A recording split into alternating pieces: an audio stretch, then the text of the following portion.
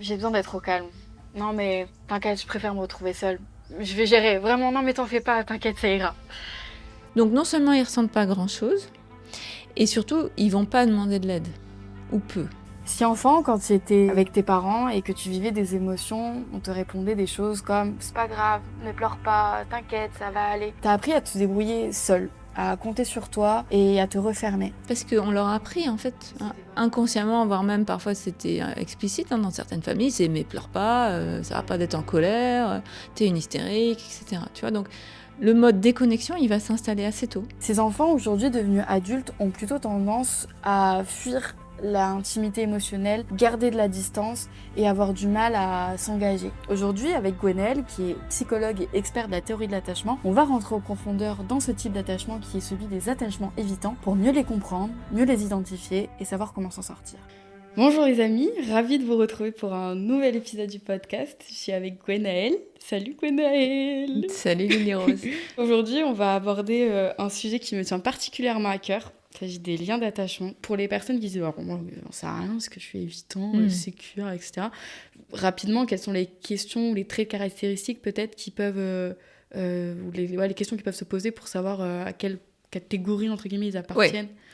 Donc, je vais un peu donner les grandes lignes des quatre grandes catégories. Et après, on rentrera en profondeur dedans. Ouais, voilà. Mais peut-être dire que pour savoir quel est notre style d'attachement principal, ce qu'il faut voir, c'est comment je réagis quand il y a un stress. Parce qu'en fait, l'attachement, c'est toujours lié au stress. Parce que l'attachement, c'est cette force en nous qui fait que quand on ne va pas bien, quand on est stressé, on va chercher quelqu'un d'autre pour recevoir de l'attention, du réconfort. C'est ça l'attachement. Donc, si tu vas bien... Quelque part, on ne peut pas vraiment dire si tu es sécure, évitant ou anxieux, parce que quelque part, c'est tranquille. Mais quand tu vis un stress, imaginons par exemple, tu apprends que tu as une maladie, ou tu apprends que ton copain ou ta copine te quitte, par exemple, ça, stress émotionnel. Et à l'intérieur de soi, ça active ce qu'on appelle le système d'attachement, qui va faire que je vais avoir des comportements d'attachement, c'est-à-dire que je vais chercher quelqu'un. Je vais appeler une copine, je vais tout de suite me précipiter pour aller voir, ça peut être mon parent, par exemple, quand je suis encore jeune. Et je vais espérer que de ces personnes-là, qu'on appelle donc du coup des figures d'attachement, je vais recevoir ce réconfort. Tu vois. Donc, pour ceux qui nous écoutent, là, je vais décrire les styles d'attachement, mais ce qu'il faut se dire, c'est, OK, quand je vais pas bien, c'est quoi ma première réaction, tu vois. Et c'est là où on va faire la différence. Donc, les évitants, eux, dans l'enfance, le plus souvent, ça a manqué de présence. En fait, c'est des parents qui étaient soit carrément pas là, par exemple, qui bossaient beaucoup. Mais plus souvent, c'est plus subtil que ça. C'est des parents qui étaient là, mais pas là. Qui étaient occupés par du boulot, des soucis, ça peut être des dépressions. Ça peut être aussi des fratries nombreuses où tu n'as pas trouvé, tu vois, d'espace. Et puis, globalement, une famille où on ne parle pas des émotions, surtout celles qui dérangent. Chacun est un peu seul avec son truc. Et puis, on avance un peu, tu vois, à la force du mental. Ça peut être des familles aussi assez branchées, tu vois, intellect, rationalisation. Enfin, en gros, les émotions, c'est non. On ne veut pas voir, quoi. Donc forcément, quand tu grandis là-dedans, bah, tu deviens un adulte qui fonctionne pareil. Et on appelle ça évitant. Évitant détaché, on dit aussi. Donc eux, s'il y a une mauvaise nouvelle, eh bien, ils vont déconnecter l'appareil à sentir, donc les émotions. Et ça, ils ne le décident pas. Tout ça, c'est inconscient, évidemment. On appelle ça la dissociation aussi. Pour ne pas sentir la peur, la colère, la tristesse, parce qu'on leur a appris, en fait, que c'était pas... inconsciemment, voire même parfois c'était explicite dans certaines familles, c'est « mais pleure pas, ça va pas d'être en colère, t'es une hystérique, etc. » Tu vois, donc le mode déconnexion, il va s'installer assez tôt.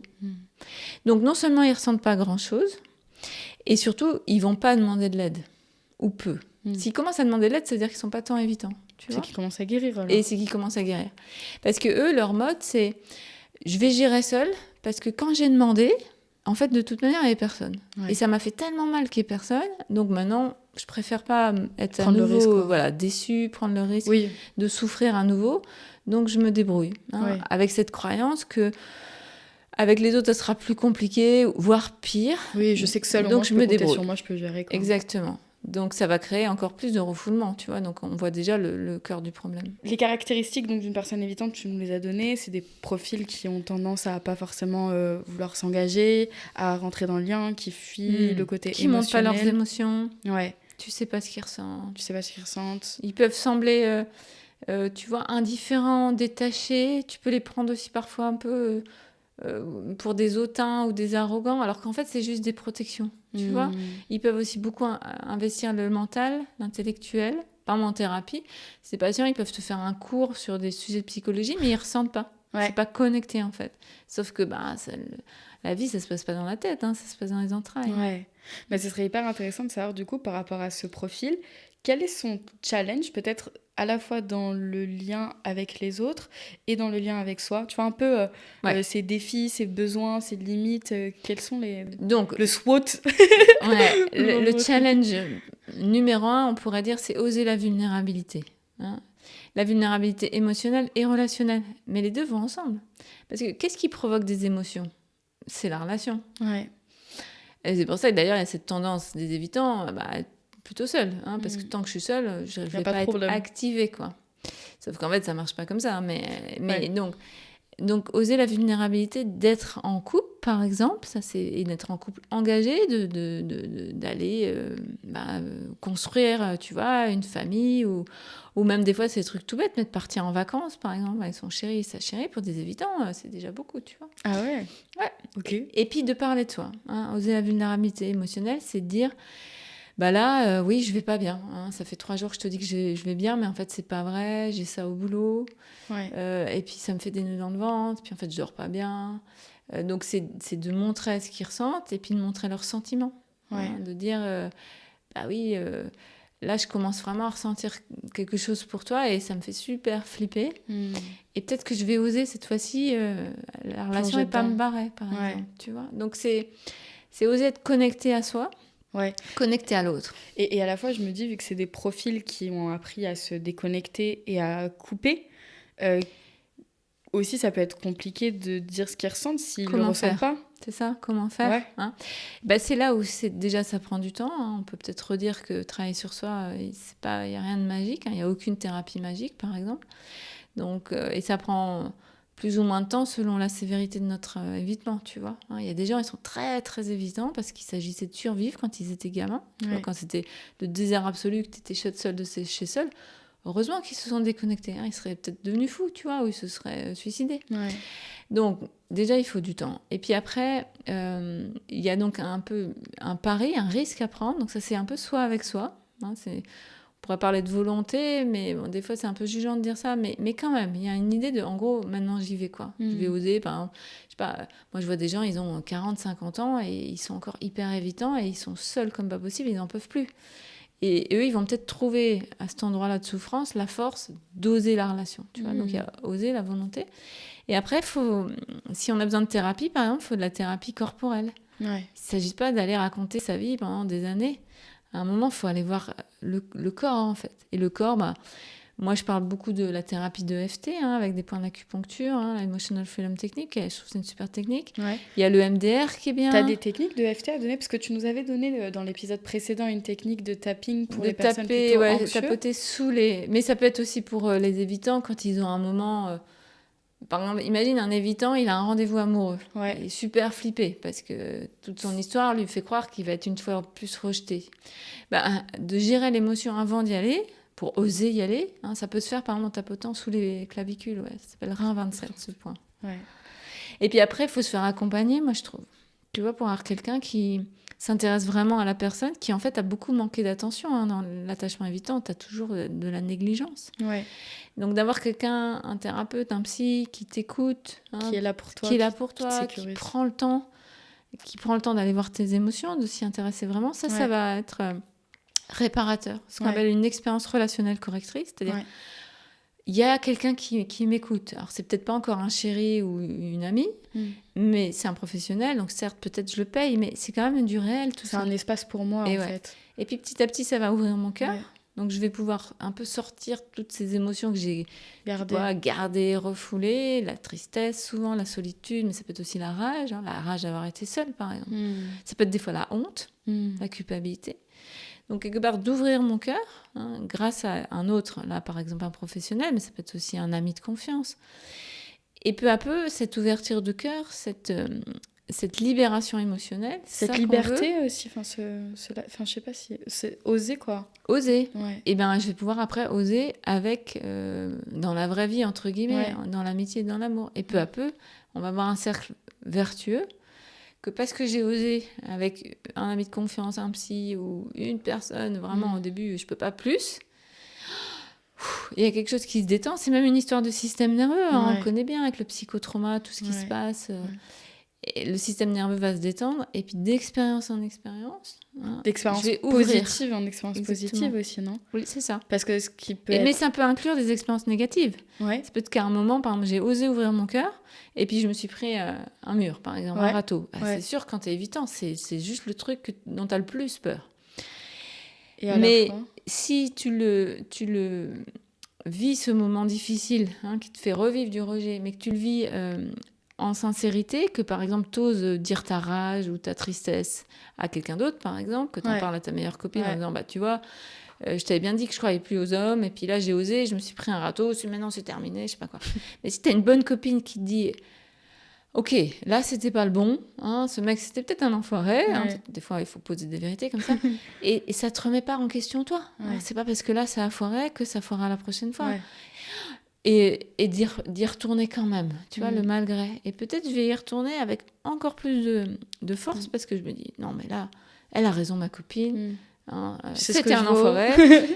Je méritais pas ça et je suis quelqu'un de bien. Maintenant je commence à le sentir et du coup je vais oser, tu vois. Et dans le lien avec soi alors, moi ça m'intéresse vraiment. Ça touche directement le lien avec soi, Lily Rose, parce que si je vis une expérience positive, ça sédimente à l'intérieur une couche de ok, on s'est intéressé à moi, même si peut-être c'est pas l'homme de ma vie et que ça n'aura duré que quelques mois par exemple, il y a eu cette expérience. Donc ça veut dire que je vaux quelque chose. Une couche d'amour de soi. Et on sait bien qu'il en faut pas mal.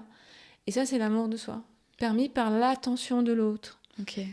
Je fais une courte pause dans votre écoute pour vous parler d'un service que nous proposons avec Raphaël, mon associé, qui est créateur de contenu, et ensemble, nous aidons les personnes qui ont envie d'avoir plus d'impact et de visibilité sur leurs réseaux sociaux à pouvoir le faire. Donc si jamais ça t'intéresse, si jamais tu as ce besoin par rapport à ton activité, par rapport à ce que tu crées, que tu en as marre de créer sans résultat, prends rendez-vous avec nous, c'est gratuit. Ensemble, on prend 1 heure, on analyse ton contenu, on analyse qui tu es, on te fait du retour, on te donne des conseils. Gratuitement ? Gratuitement.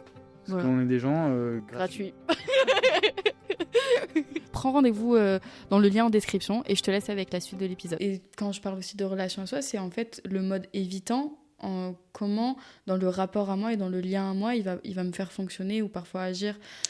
Eh ben le rapport, l'attachement évitant dans le rapport à moi, il fait que même si ça ne se voit pas en premier abord chez les évitants, mais ça impacte l'estime de soi, en fait. Les évitants, ils ont une mauvaise estime de soi, autant que les anxieux, finalement. Mais c'est moins visible, parce que les évitants, ils ne montrent pas.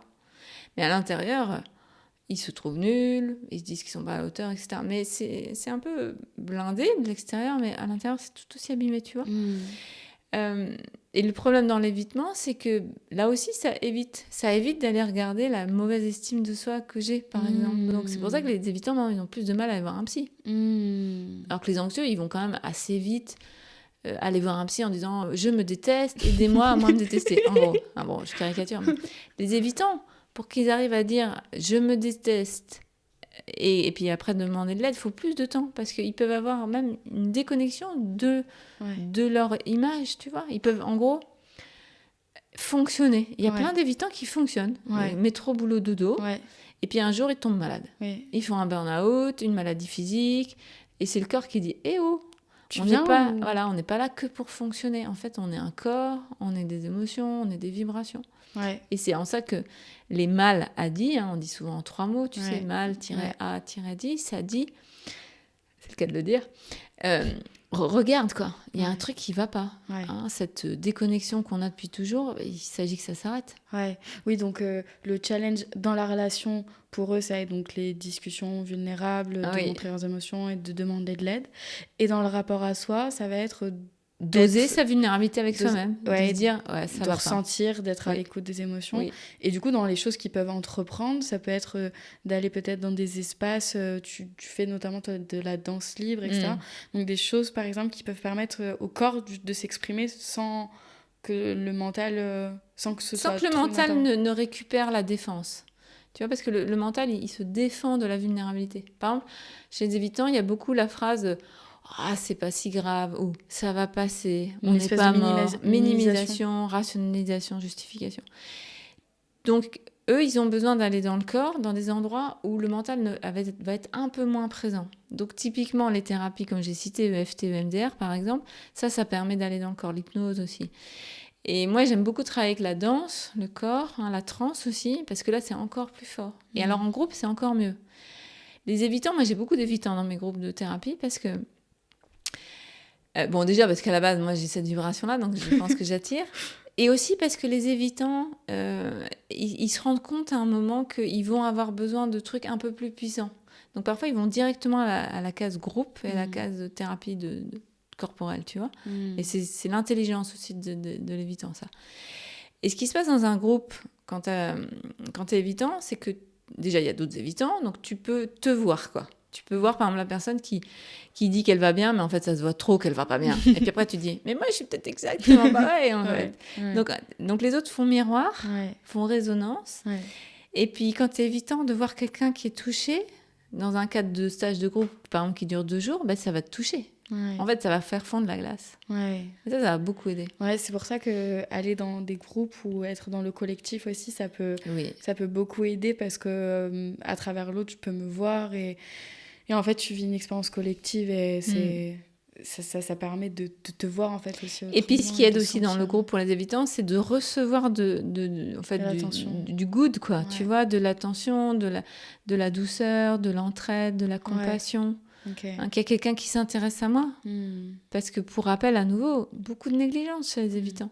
Ouais. Et là, il y a quelqu'un qui s'intéresse, même si c'est quelqu'un que je reverrai peut-être jamais, c'était juste un stage de 2 jours, mais ça m'a hyper touchée quand elle est venue me voir, qu'elle m'a pris dans les bras, peut-être elle m'a rien dit, mais j'ai senti, et quelque chose qui a fondu à l'intérieur de moi. C'était la glace qui est autour du cœur, tu vois. Trop bien. Oui, tout ça, c'est des petites expériences, des petits moments qui permettent petit à petit de tendre vers quelque chose de plus sécure et se dire, en fait, je mérite l'amour et je mérite d'être aimée. Et en fait, je suis sympa, quoi, comme personne. Exactement, j'ai de la valeur. Ouais, j'ai de la valeur. Ce que je suis, c'est bien. Ouais. Et comme tu dis, c'est des petites expériences. C'est ça, ça n'existe pas un changement radical. Non, franchement, il faut être réaliste. C'est parfois un chemin qui peut être décourageant. Hein. Il y a des gens qui voudraient aller plus vite, mais on ne peut pas aller plus vite que la psyché. Tu vois, quand tu t'es protégé, quand tu as vécu des trucs super durs, tu ne vas pas laisser tomber tes défenses comme ça. Donc, on y va tout doux. Ouais. Hein, pour avancer vite, allons-y doucement. Ouais. C'est paradoxal, mais petit clin d'œil. C'est vraiment l'idée que de s'écouter et de se respecter et d'être doux avec nous-mêmes. Ouais. De plus en plus, petit à petit. Ouais. Oui, ça, c'est vraiment flagrant, je le trouve, chez beaucoup de personnes.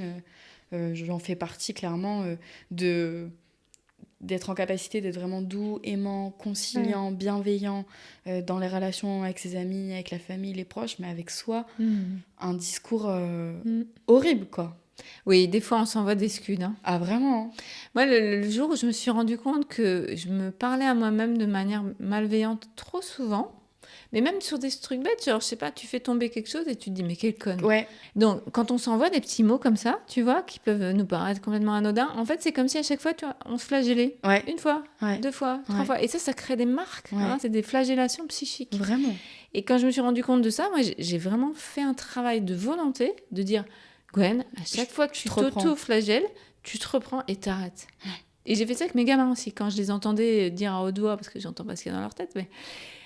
et je dis non, arrête. Oui, ce que tu as fait, c'est peut-être bête, mais ce que tu fais n'est pas ce que tu es. Oui. Donc arrête de te dire imbécile, moins que rien, vraiment débile ou je ne sais quoi. Ça suffit tout ça. Ouais, tu te souviens, Chloé, avec Chloé, une fois, une amie, on était partis on était où déjà ? On était allés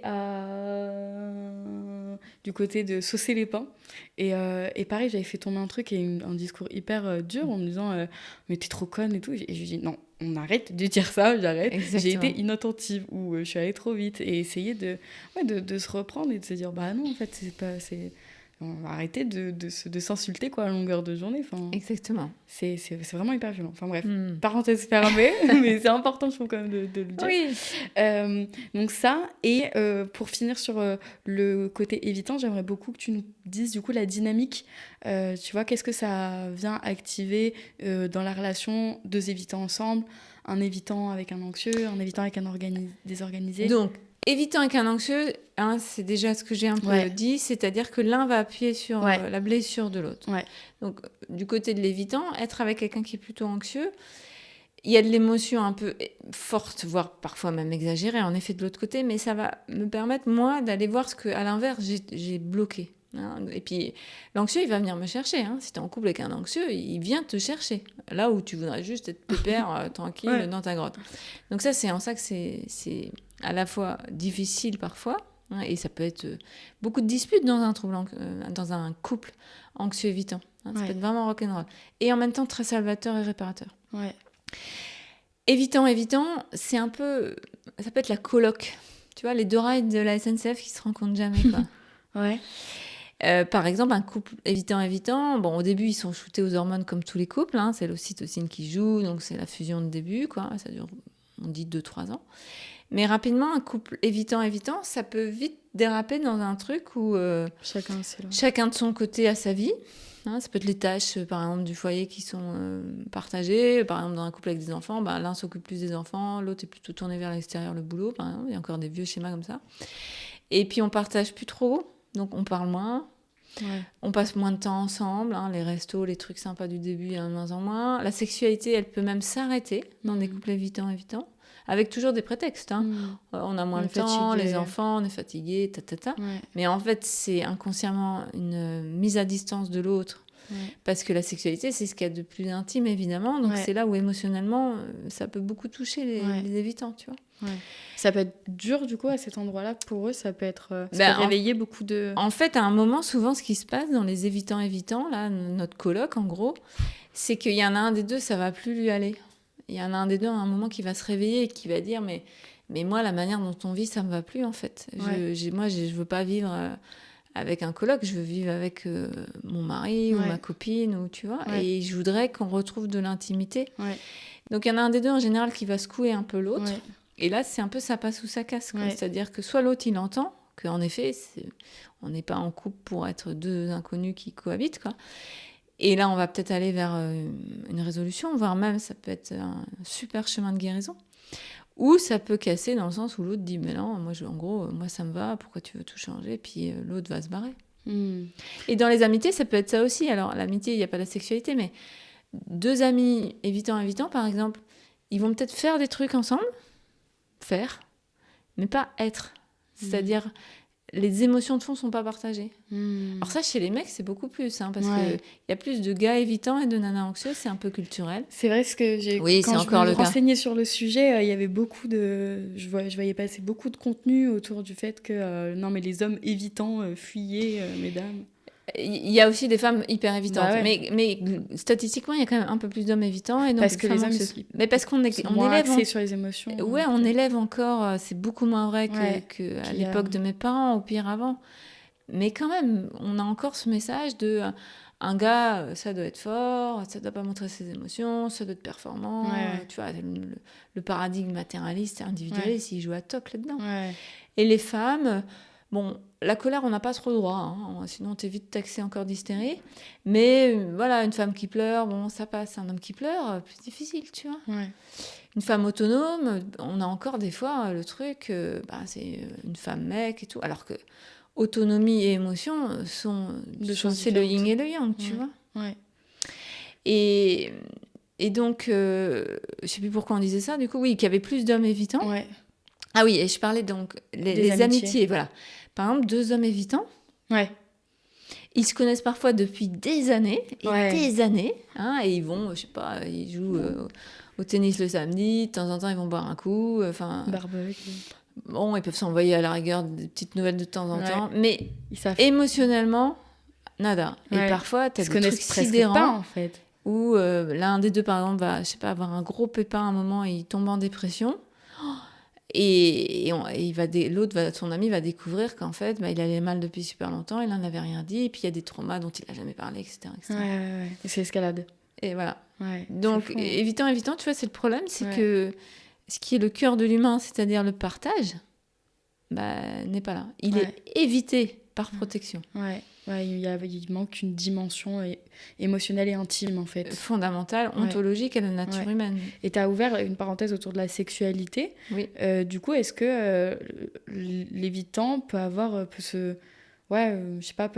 des choses au sein de la sexualité, ou ça peut être un terrain, on va dire, d'exploration de son intimité, en fait? Alors, l'évitant, il aura donc en général plus de mal à avoir une sexualité vraiment épanouie, voire même quand on dit sexualité sacrée, moi ce que je veux dire par là, c'est où on fait pas l'amour juste pour l'acte physique, quoi. On fait l'amour pour être avec l'autre, pour être dans des énergies sacrées, dans le sens que dans cette intimité profonde de la sexualité, tu rencontres l'autre dans son être.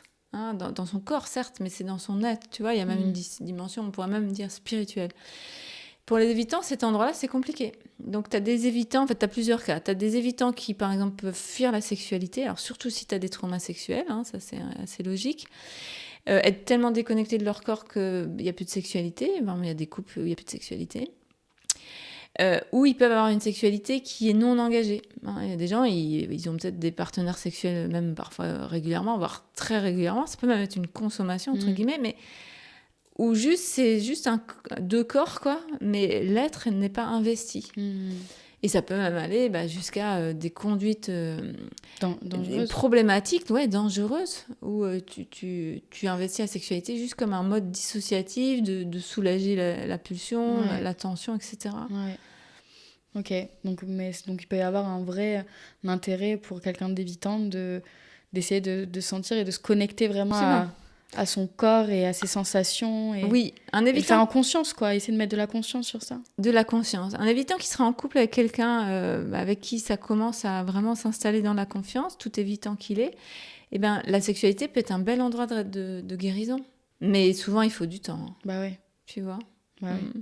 Et puis, sans aller jusqu'à la sexualité, il y a aussi avant ce qu'on appelle la sensualité. Et la sensualité, c'est le rapport au corps.